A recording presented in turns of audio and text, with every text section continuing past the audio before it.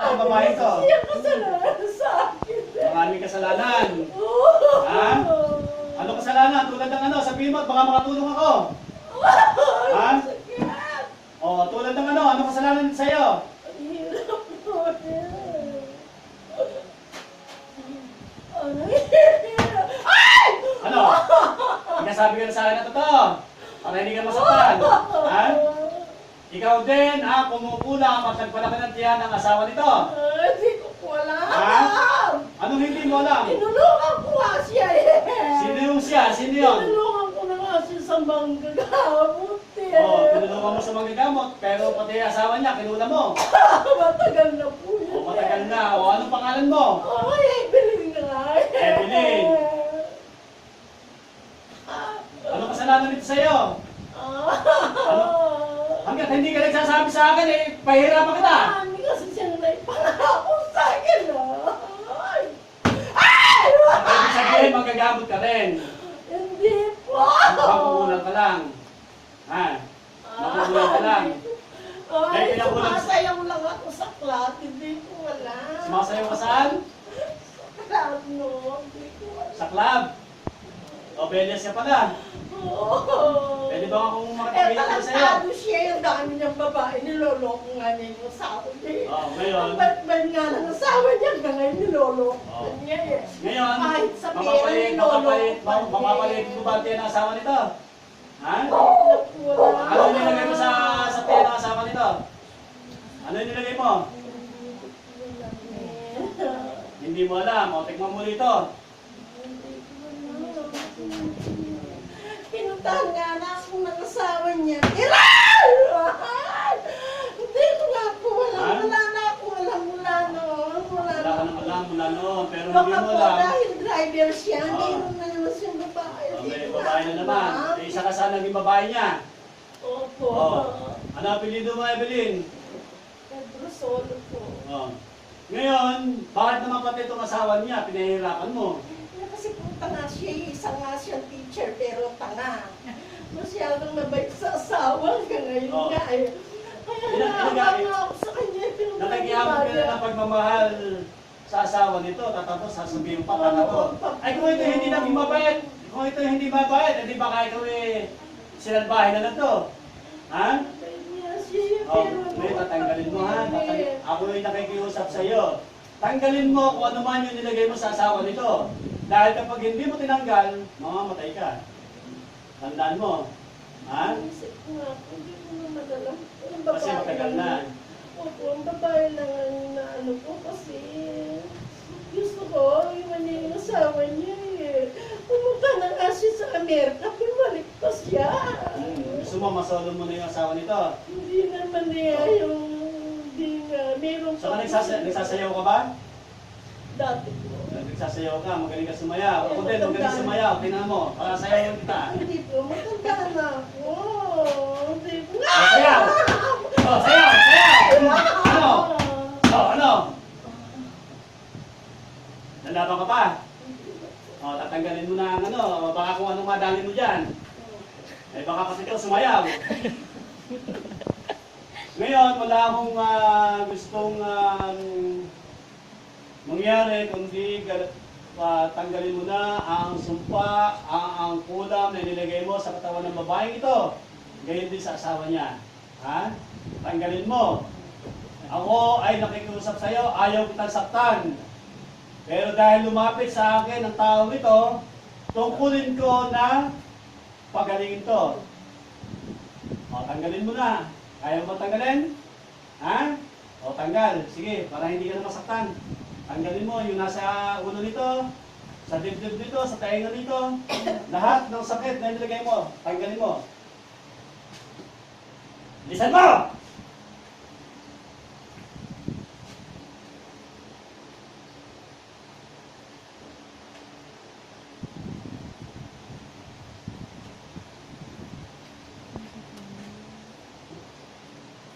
Pati yung nasa ari niyan, tanggalin mo. Baka akala mo, hindi ko alam ha.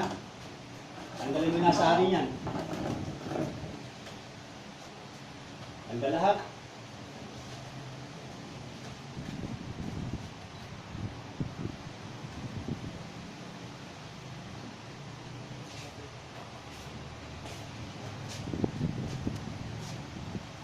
ngayon, ito na mga asawa niya.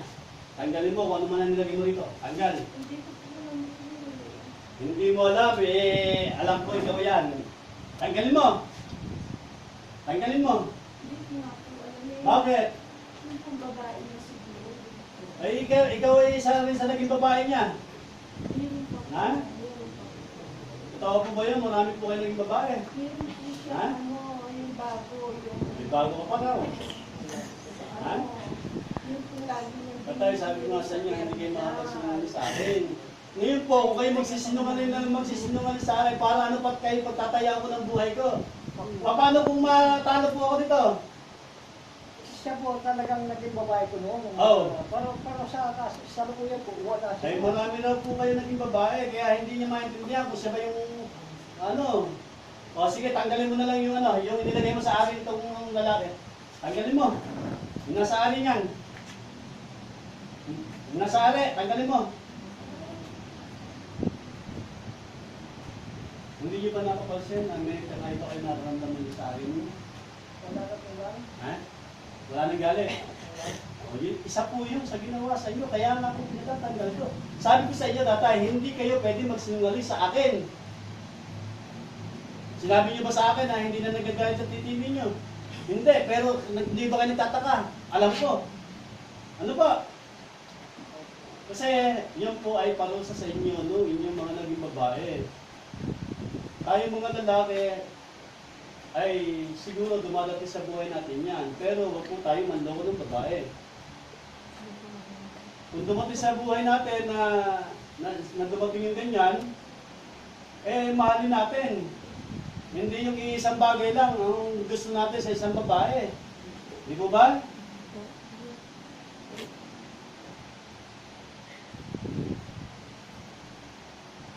Hindi ba po kayo susuka? Hindi pa po kayo at masusuka po kayo. Masusuka po kayo. Ngayon, ako'y pakinggan mo. Oy ate, pakinggan mo sabihin ko, ikaw ay humingi ng tawad sa Panginoon Diyos. Mangako ka na hindi mo nagagawin sa kahit kaninong tao ang ginagawa mong pangkukulam. Mangako ka sa Kanya na magbabalik loob ka na sa Kanya. Ikaw ay kinakausap ko. Opo! Kapag kinakausap ko, huwag mo akong iguin, ha? Opo! Ha? Oo! O, humingi ka ng tawad sa Panginoon Diyos. Lord! Gandahan mo ang paghingi ng tawad. Lord!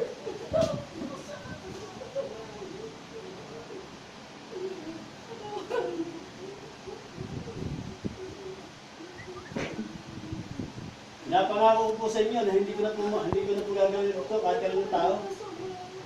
Gusto ko na po magbalik loob sa inyo.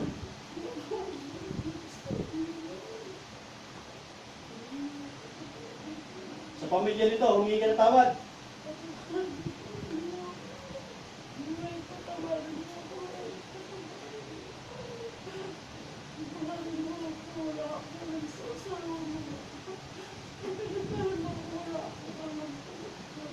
Kapag ikay pinalis ko na sa katawan ng taong ito, ayaw ko na ikay makakalabang ulit dahil sa pangalawang pagkakataon ay aanong na kita.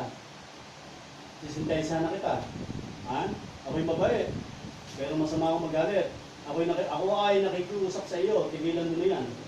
Dahil sa susunod na magkalaban tayo, ay tatanggalin na kita dito sa mundo ito. Buburahin na kita dito. Tandaan mo yan, ha? Kahit kaninong tao ay hindi mo nagagawin yan. Ha? Ikaw ay sinabi mo na rin na may edad ka na, ay tigilan mo na. Gumawa ka na ng mabuti para sa mga tao, hindi yung ganyan. Dahil malapit ka na sa hukay, kailan ka magsisisi? Pagpatay ka na? Ha? Maraming patay na nakiusap sa akin. Humihingi sila ng tulong ko para sila makapasok sa pintuan ng kaluwalhatian ng langit. Ay ano magagawa mo? Ay nung nabubuhay ka, ano bang pinagagawa mo? Di ba? Huwag mong gawing huli ng lahat. Hanggang may panahon pa, magbago ka na. Narinig ba ka? Kapag ikipinatanong ko, sasagot ka, ha? Opo! Ha? Opo! Eh ako gusto mo yata magalit pa eh. Kapag ipinalayas ko rito, wala nang susunod na biktima, ha?